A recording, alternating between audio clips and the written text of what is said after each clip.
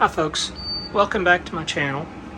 I'm here in my off-grid camper and just wanted to point out the beeping and the E3 error code on the refrigerator. That's a 12-volt refrigerator, and notice that the furnace is also running right now.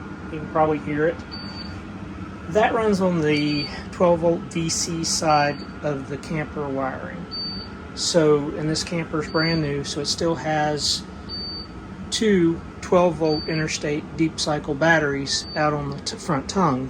And those two batteries are like 65 amp hours each, so 120 amp hours.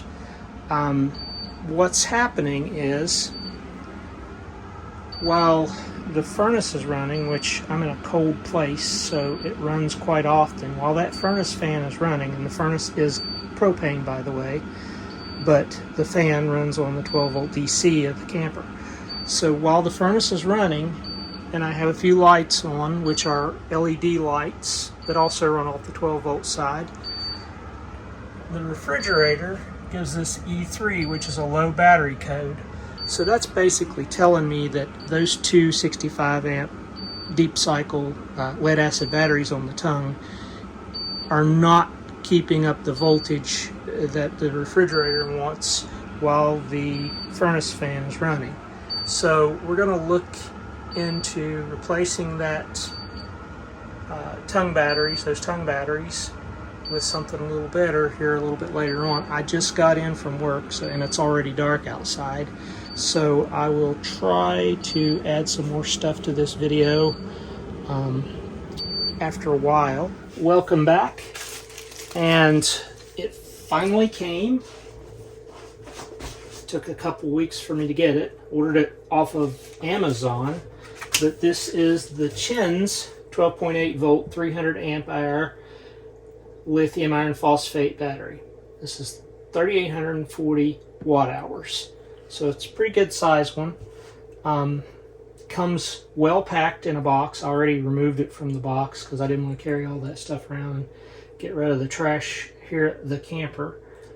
So plugs in and over the connection points to keep from shorting out accidentally, which is good. Comes with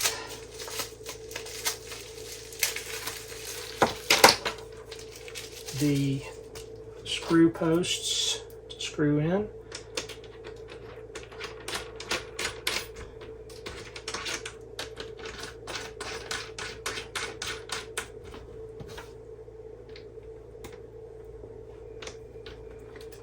Those over to help keep me from accidentally shorting something out. Inside there are two manuals. There's an instruction manual, Smart Low Temperature Heating LifePo lithium iron phosphate battery. So this is the one that has the self-heating cells. So the low temperature cutoff and the self-heating cells built inside. It has a smartphone app to monitor battery data, App Store or Google Play app, so it's Apple or Android. Search for batteries. That's the Bluetooth. Yep, it's a Bluetooth app. And from the app, you can check the state of charge, voltage, capacity, current, temperature, cycle time, and single string battery voltage information. When the temperature is lower than 0 degrees Celsius, open the heating film under charging conditions. Open the heating film under charging conditions in the heating process. The charger only supplies power to the heating film and does not charge the battery. When temperature reaches 5 degrees Celsius, the BMS stops heating and starts charging the battery, which is exactly what I need here in this cold weather. And then there's some pictures of what the app looks like and the QR codes to scan to install the app. And then we have this other manual and pass, and this manual, company history, business scope. Up here we have all of the CE, FCC, and UL testing, IP65, all their certificates are listed in the manual. What's included: M8 terminal, 16mm protective caps, applied battery systems, that's some wiring information, series and parallel schematics. So, and then it talks about their 50 amp hour battery, 100, 200, 200 plus, 300, which is what this is. And then they have a 400 in 12 volts, and then it goes to 24 volts. They have a 24 volt 100 amp hour, 200 amp hour. They have a 48 volt 100 amp hour. So this is basically just a manual or a magazine showing all of their products. So solid state, that's like your all-in-one, similar to like a Blue Eddy or an EcoFlow or Jackery. And portable storage, 5 kilowatt, 10 kilowatt. MPPT perimeter settings, that's good to know. I'm going to have to set that in my Victron solar charge controller. Common problems, how to activate the battery's BMS, and so forth. State of charge information, precautions, warranty information, and a place to write your product model, purchase date, order number, and the way of buying. So, pretty detailed little book that they've included. Instructions look good. Battery is not as heavy as I expected. It's not nearly as heavy as lead acid would be if you had that much capacity in lead acid. And my plan for this is to put it out on the tongue of the camper in the place of the two 65 amp hour interstate lead acid batteries, which everyone knows a lead acid battery, if you discharge it below 50%, it's going to damage it. And lithium iron phosphate can be discharged to 0 and charged back up to 100, several thousand cycles without damaging it. And even after 10, 15 years, however long that might take, it's still only like a 20% drop in efficiency, which is not bad. But this being 300 amp hours and me only having 120 or so out on the tongue of the camper, that's the reason I ordered this in a 12 volt version, because I'm going to keep this as part of the camper's factory 12 volt side of the wiring. This will power the refrigerator, the LED lights, the smoke alarm, carbon monoxide gas detector, as well as the furnace fan, and that's about all the 12 volt stuff in here. Of course, the USB charging ports that are built into the walls in certain places. So earlier you heard the refrigerator beeping because whenever the furnace fan is running and the refrigerator's on, it's drawing more voltage than what the lead acids can supply properly, so the refrigerator thinks it's running at low voltage, so it starts beeping. This is going to fix that. This should also give me several more days of just running 12 volts if I just wanted to run 12 volts. This is separate from my Blue Eddy project that supplies 120 volts, and my upcoming projects, which I'm getting ready to build a 48 volt system that will go in this camper under this is the front, the kitchen countertop, and the sink is setting in the front of the camper, and there's lots of room under the sink, and there's a portal door right outside that goes in there. I'm probably going to remove a couple dividers under the sink. It's all behind closed doors, so it can't be seen, and I'm going to build that 48 volt system in there under the sink, and that'll all be in future videos, but this is separate from what that will be, and that will be whenever I finish the 48 volt system, that will be a 30 kilowatt hour capacity. So I should be able to run like a week at 500 watts a day, 12 hours a day, without charging off the 48 volt system once I've completed it. This is just going to run the 12 volt side. So I'm not worried about inverting or anything from this. It's just going to be running 12 volt stuff on the factory camper side of things. So I'll get around to that install. It's dark outside and cold, and I'll get around to that install maybe in a little while. I don't know, it depends on what else is going on this evening.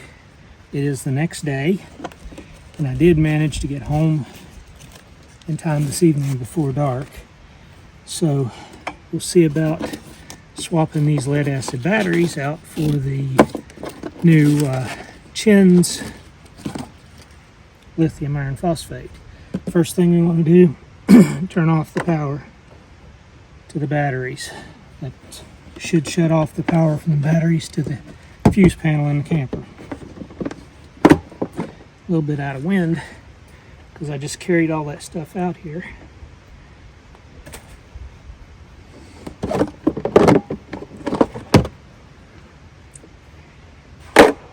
And these were factory wired from the dealership, except for I added my Victron shunt here, which that'll be coming out. I won't need that with the Chins because it has a built-in Bluetooth connection to the BMS.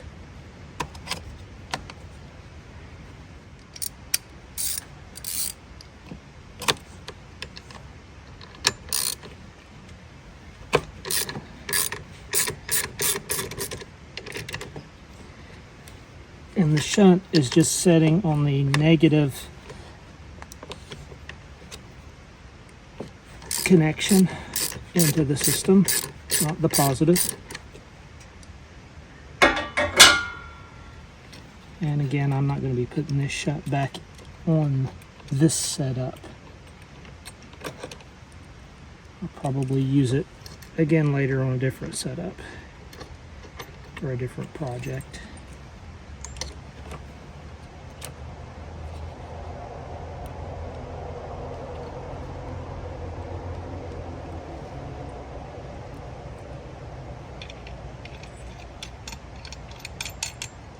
These are very nice shunts.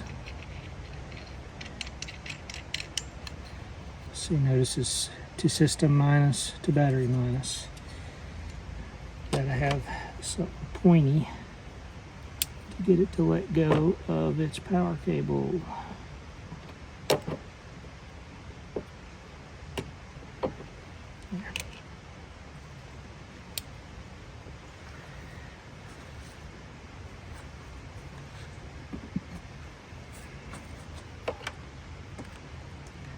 System negative socket.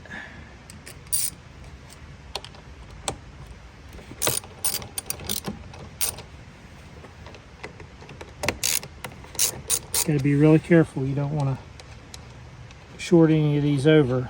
There's enough power, enough amps in one of these to cause a quick weld and can burn your skin pretty good if the weld arc hits you. The battery itself's not going to shock you because it's only 12 volts.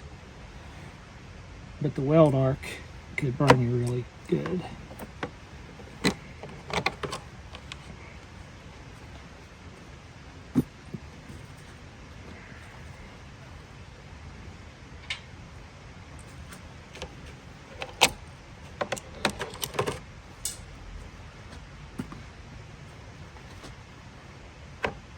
Alright.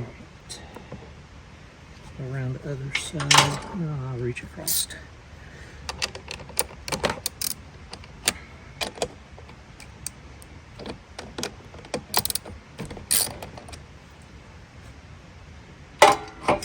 So by my calculations,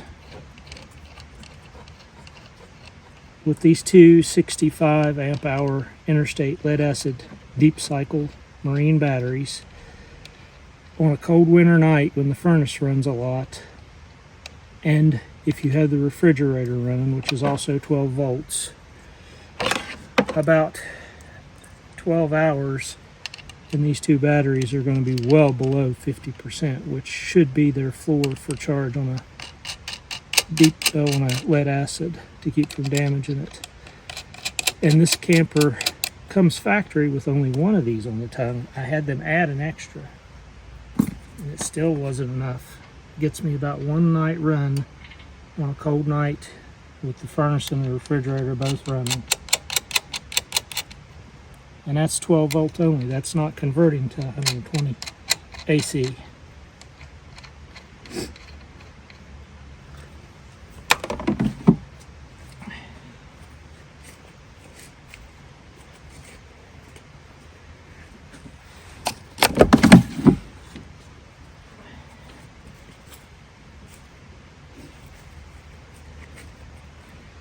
Okay, and they got these screwed down with... I'm trying to rush just a little bit because I don't want to get caught in the dark.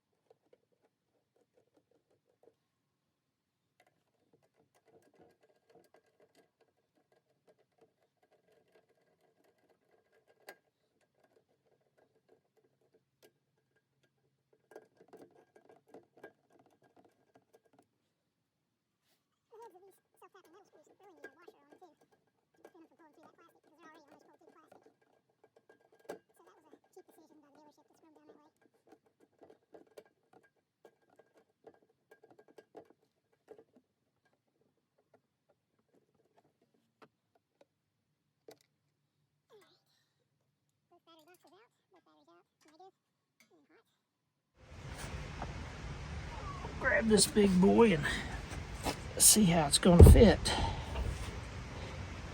I think this thing weighs about 65 pounds, if I'm not mistaken.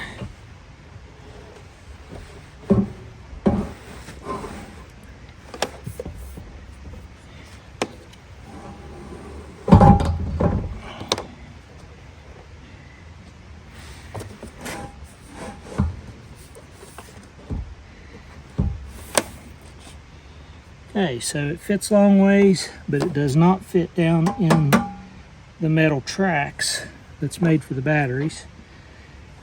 And I'm not moving the camper anytime soon right now, so I'm going to go ahead and wire it that way and strap it down.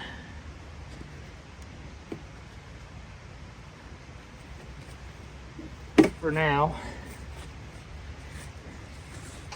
because lithium iron phosphate doesn't have a liquid in it and the orientation doesn't matter, I'm going to let one edge fall down into the crack. And by next spring or over the next couple months, I'll design and weld up a box to put this in.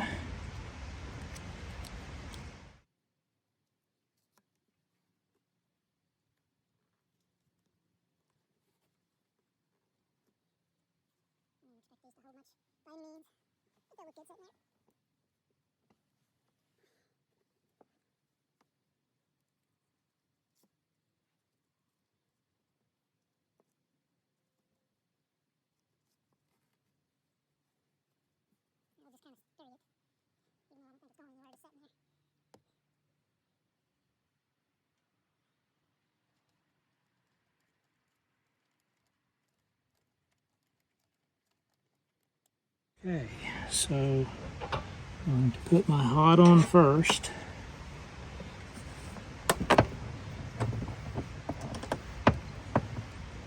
And I want the crimped ring flat against the battery terminal and the washers on top, because I don't want to add any more resistance to it than I have to.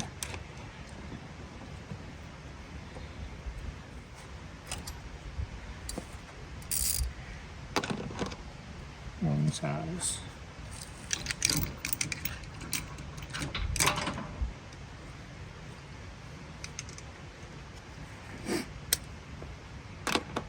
$13.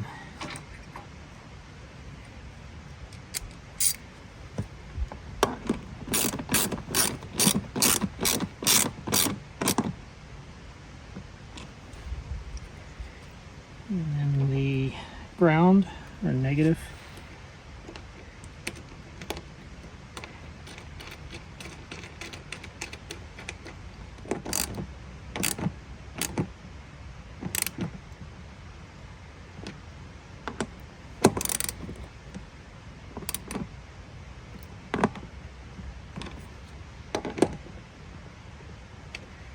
All right. So the chins is hooked up, and since it's weatherproof and waterproof and self-heating, I shouldn't have to worry about covering it up right now. Later on I will make something to cover these terminals, but for tonight I'll probably just put tape over them so that nothing can fall on them and dead short. So I'm going to go ahead and flip the power back on the camper, so it'll be powering the DC side from this battery now. And I have to come up with a charger because this is lithium iron phosphate and the other ones were lead acid, and I need just a little bit more voltage for the lithium iron phosphate to charge. So kick these back on. Alright, camper's back on. Alright, so what we're looking at now is an old Android phone that I have. It's just an LG G6. Make sure I still got it in the frame, yeah. And we're going to go ahead and download the app on this phone.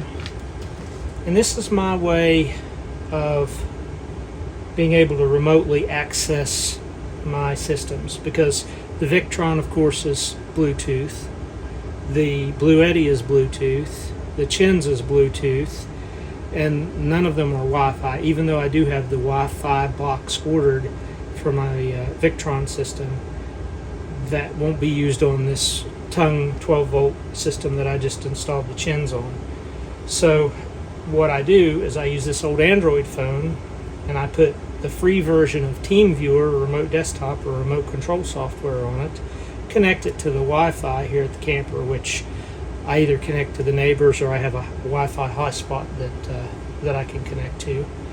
And then I can remote in. This phone stays here all the time within range of the Bluetooth accessories, and I can remote into this phone with my iPhone and check on the status of things anytime I want without having to have some sort of elaborate Wi-Fi connection for all those devices. So go to the Play Store. I'm going to look for BAT-BMS.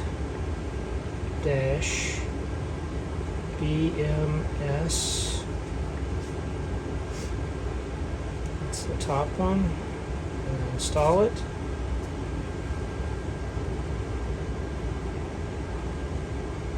It's 5.27 megabytes, so it's not very large.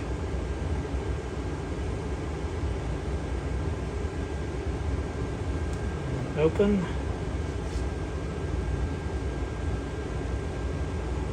And allow access. Allow. And that's not English. Go to settings.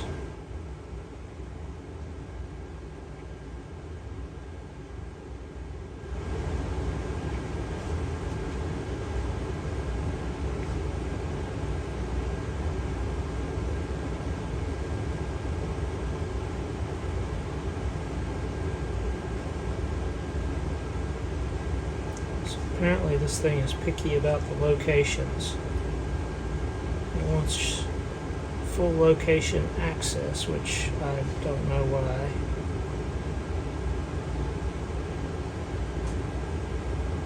So go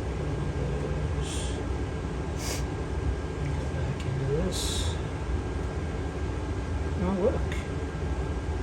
Now it's showing me my Blue Eddy and battery. So if I want to connect to the battery, click it, connect it, and it's at 52%. Remaining capacity 167.46 amp hours. Temperature, battery's at 57 degrees Fahrenheit, which is about right. So 52% is not bad. So now that I start this phone now,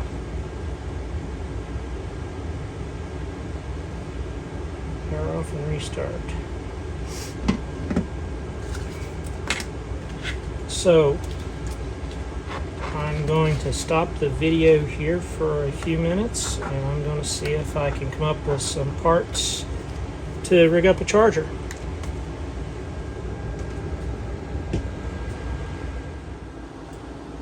Okay, so the next step, what I have here is the factory converter that came in this camper.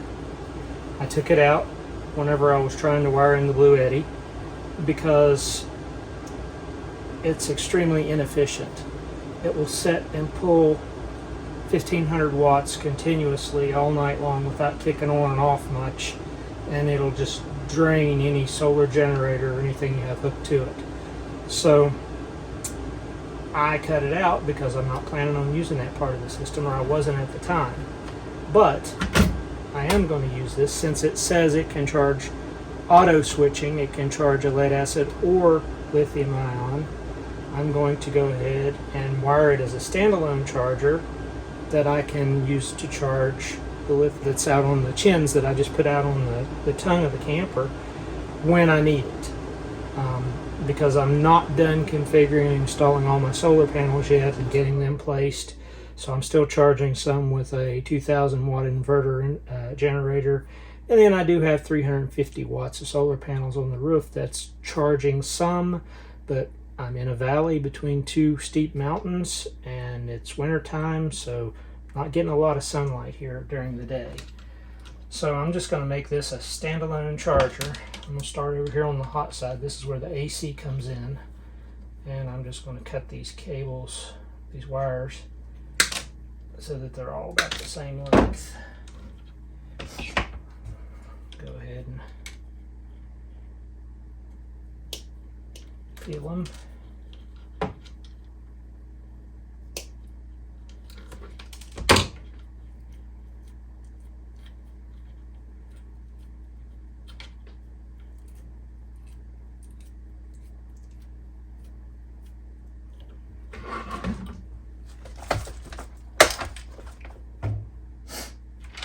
And this is an old computer cable,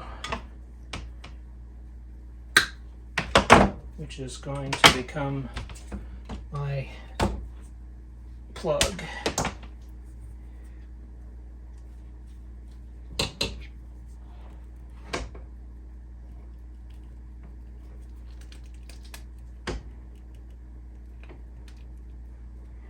These are a little tricky about skinning the wires or peeling the wires on them.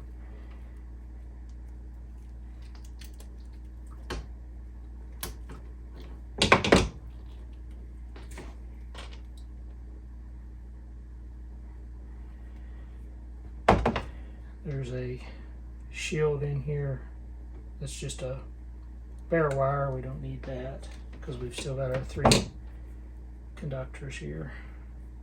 None of that's skinned bare.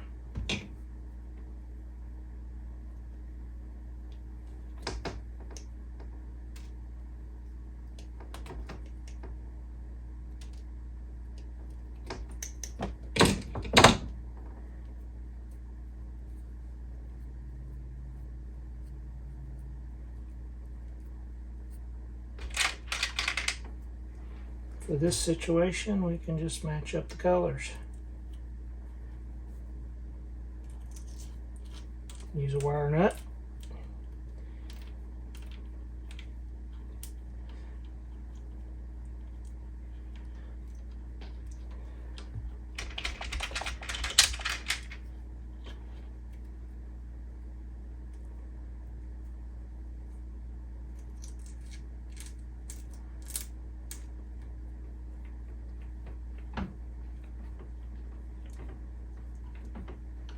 Another wire nut.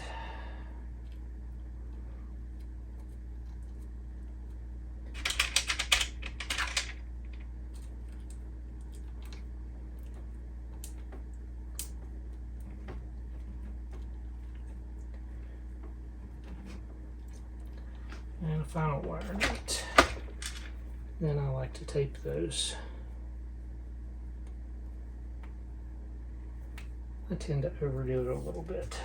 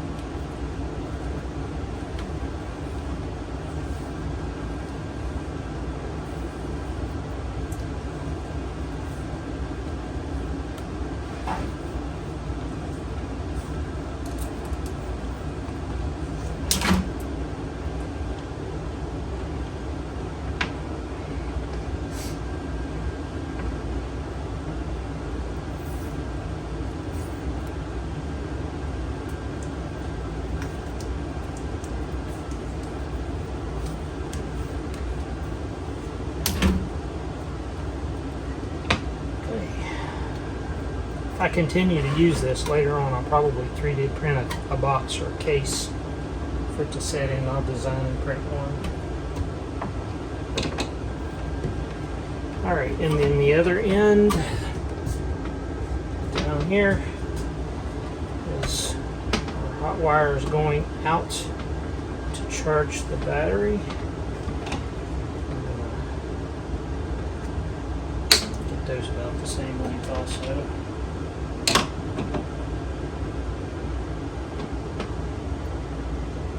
And I need to decide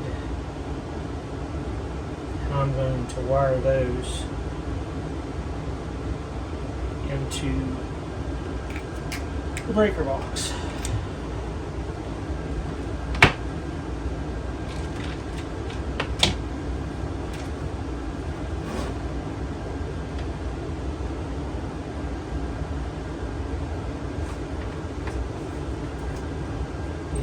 large. I don't have a set of strippers that fit these right off, so I'm going to use my knife.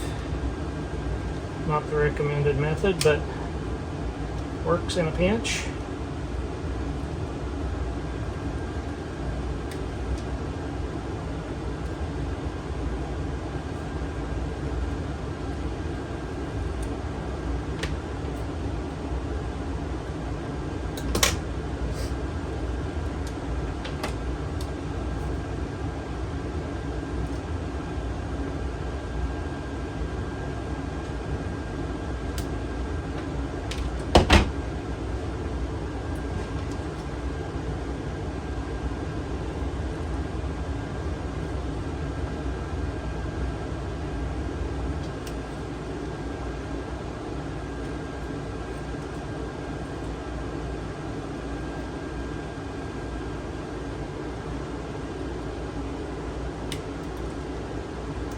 Someone mentioned earlier in one of the comments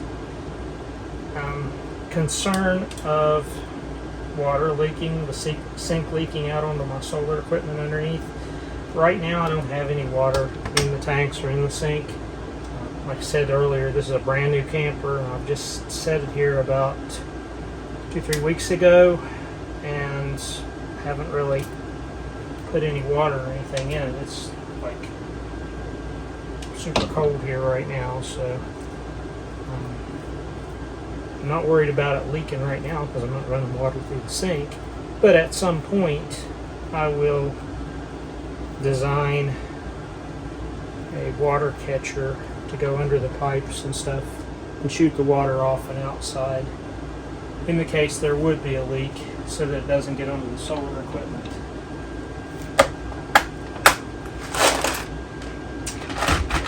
Now we got to figure out how we're going to wire in to the breaker box for charging, and I will get back to you with that in a moment. Okay, so this is my lead acid trickle charger that I had on the tongue batteries before. I used this in the place of the factory converter to keep from draining my Blue Eddy. This wire is going to be hot.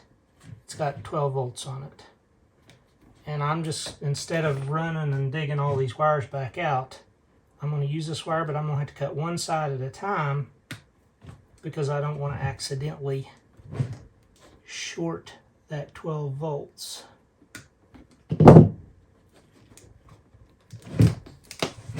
So there. Grab my knife.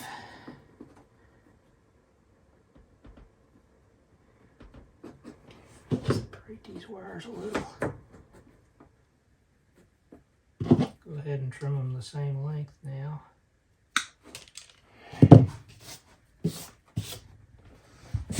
And if I'm not in the way of the camera, go ahead and split that a little bit more.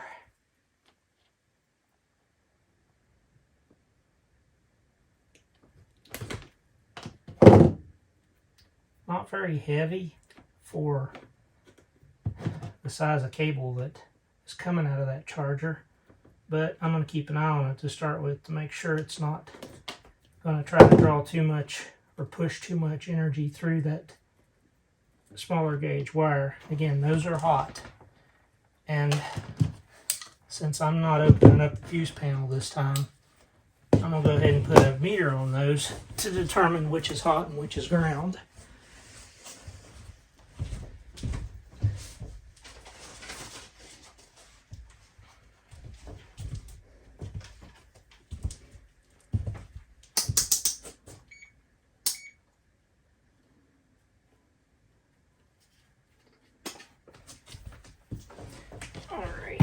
So there's my multimeter.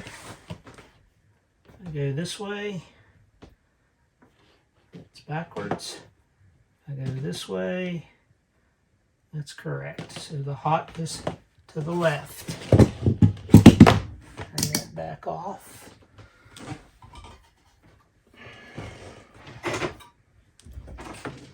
charger.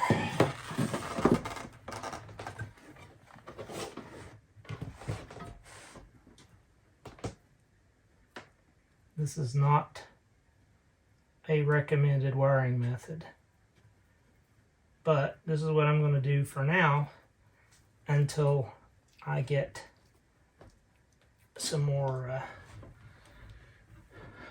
different tools and crimps and heat sink shrinks.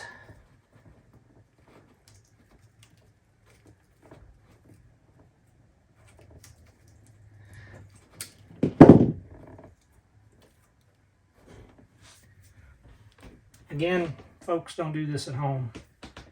This is the hillbillies method of wiring.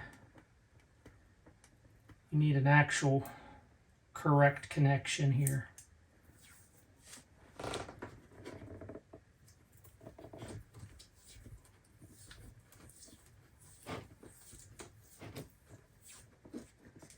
I will change this later and upgrade it to the proper connections if I continue to use this charger. And when I do, I'll make a video and explain what I've done. This project is kind of a build the plane as we fly in it type deal, so it could be changing midstream at any time.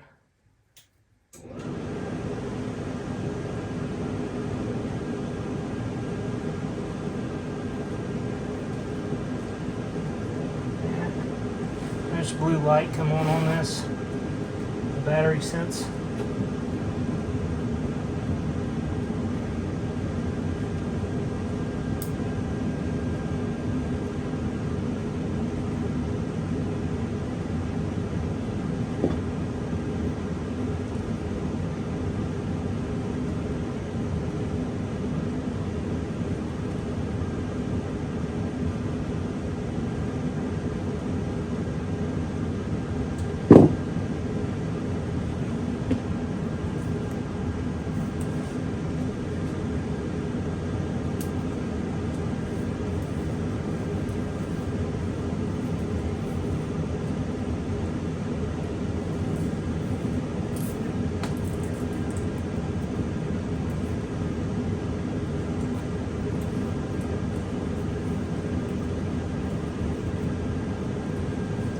I do have a quick disconnect on the other end of this wire where it's going to the fuse panel and the breaker box. So if I have to, I can just jerk it loose and it'll disconnect. So there's my makeshift lithium charger.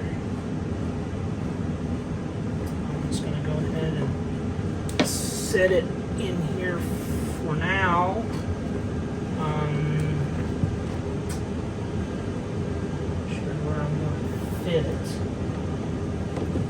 There's room back in here, so I'm going to reach back in here and set it until I have time to print a 3D box for it.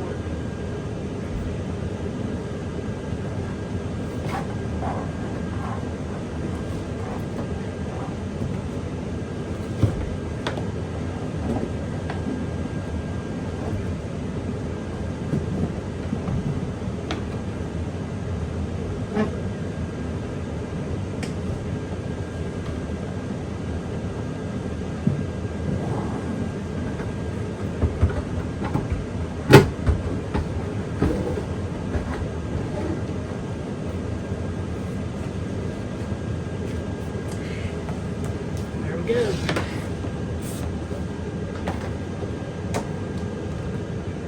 Now, whenever I want to charge the Chin's battery out on the front, since I don't have solar panels hooked to it, actually I do have solar panels hooked to it, but they're switched off right now and switched on to the Blue Eddy through the Victron charge controller. So I can just plug this up and unplug it so it's not wasting a bunch of energy.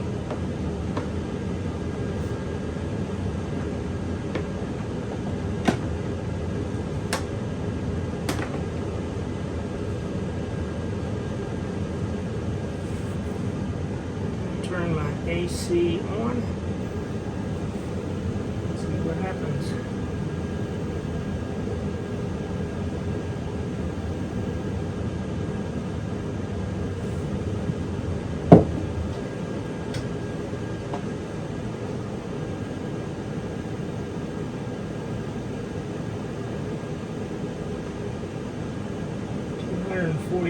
Watt load, 243 watt load.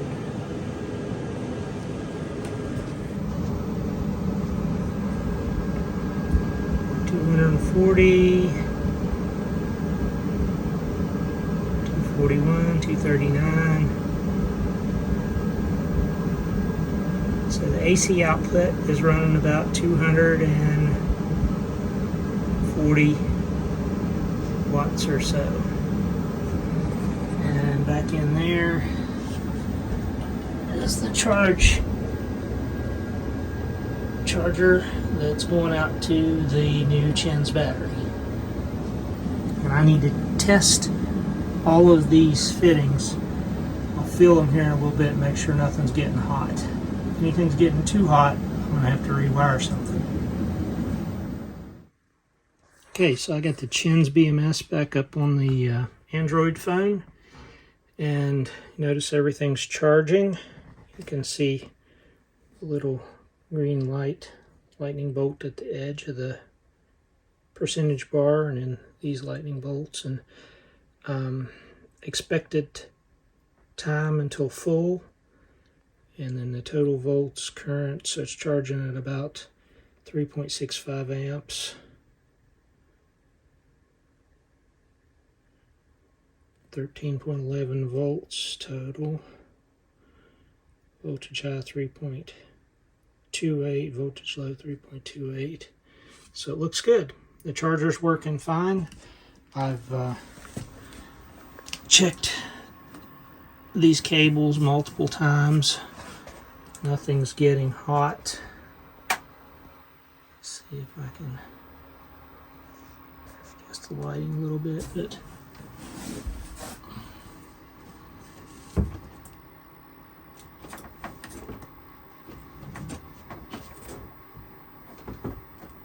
nothing's even warm, so we're in good shape. It's charging at 208, 207 watts, which is what I was hoping for, because the way it was sensing power before installed in the breaker box, it was pulling a constant 1500 watts. So I like this much better. So we'll let those charge up. The Blue Eddy and the B300 currently are charging the new Chin's battery that's out on the tongue, which runs the 12 volt side of everything.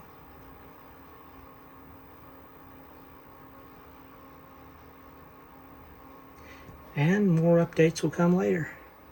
Thanks for watching. There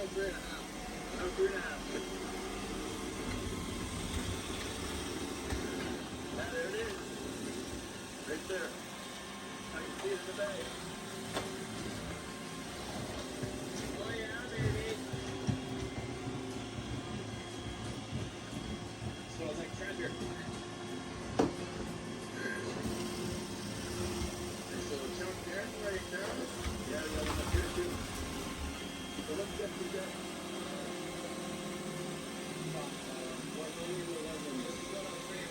Right. And this one? 111. Okay. I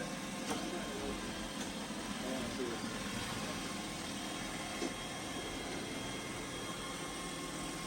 Should be for the bean should say.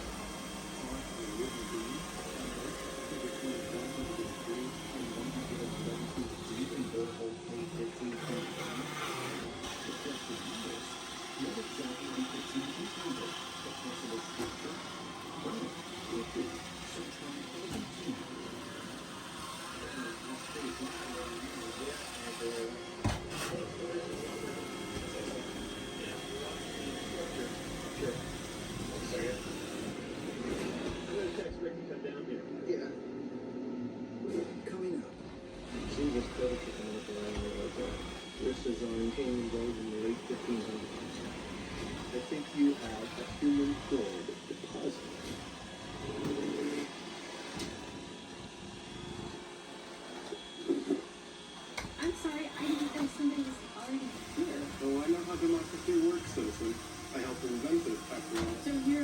Cleisthenes, the father of democracy. Not going to leave. You see, when the people overthrew my nemesis, I had to follow